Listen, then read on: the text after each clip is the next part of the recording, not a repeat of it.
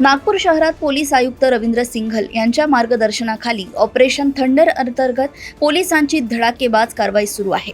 पोलिसांनी आतापर्यंत अनेक मोठ्या गुन्ह्यांचा पर्दाफाश केलाय। त्या शृंखलेत कळमना पोलीस ठाण्याच्या पथकाने 4 जून रोजी मोठी कारवाई केली। पोलिसांना 3 जून रोजी खात्रीशीर माहिती मिळाली होती की एक इसम ट्रकमधून जबलपूर येथून गांजाची खेप घेऊन यशोधरा नगर येथे येणार आहे आणि हा ट्रक 4 जून रोजी दुपारी 4 ते 5 वाजताच्या सुमारास जबलपूर हायवे रोड ने कळमना हद्दीत येणार आहे। पोलिसांनी 2 टीम तयार केल्या आणि एक टीम HB टाउन चौकात ब्रिज खाली आणि दुसरी टीम चिखली चौक येथे सापळा रचून तैनात केली। या दरम्यान पोलिसांना माहिती मिळाली की हा ट्रक चिखली येथून काही अंतरावर उभा आहे।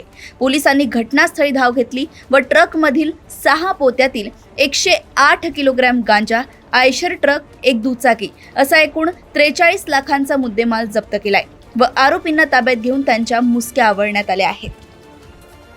आपण नागपूर शहरात माननीय CP सरांच्या मार्गदर्शनात ऑपरेशन थंडर राबवत आहोत। त्या अंतर्गत मागच्या एका महिन्यात एक स्पेशल ड्राईव्ह आपण घेतला होता। त्यामध्ये नागपूर पोलिसांनी अगदी एक्सेप्शनल कारवाई करून बऱ्याच प्रमाणात ड्रग्स त्याच्यामध्ये हस्तगत केले, बरेच आरोपी अटक केले। परंतु तो ड्राईव्ह संपल्यानंतर देखील जसं CP सरांचे क्लिअर आणि स्पष्ट आदेश आहेत की जे ऑपरेशन थंडर आहे हे कंटिन्युअस चालत राहणार आहे। त्याचाच एक भाग म्हणून आपण काल कळमना पोलीस स्टेशनच्या संपूर्ण टीमने एक चांगली आणि मोठी कारवाई केलेली आहे। त्याच्यामध्ये जवळपास आपण 108 किलोग्राम गांजा हस्तगत केलेला आहे। त्याच्यामध्ये 2 व्हेकल्स ज्याच्यामधून हा गांजा आपण हस्तगत केलेला आहे त्या देखील आपण सीज केलेले आहेत।